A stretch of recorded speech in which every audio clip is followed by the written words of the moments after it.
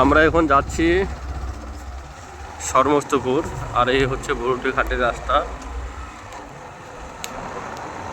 আমাদের বাইক চালাচ্ছে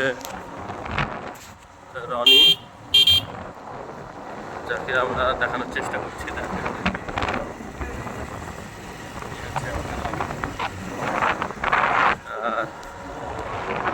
আচ্ছা, আমাদের রাস্তা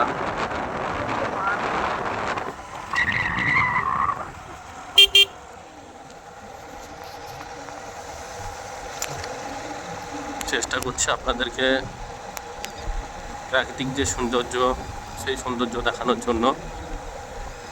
একটা গ্রামের রাস্তা কীরকম হয় সেইটাকে তুলে ধরে দেখানোর জন্য।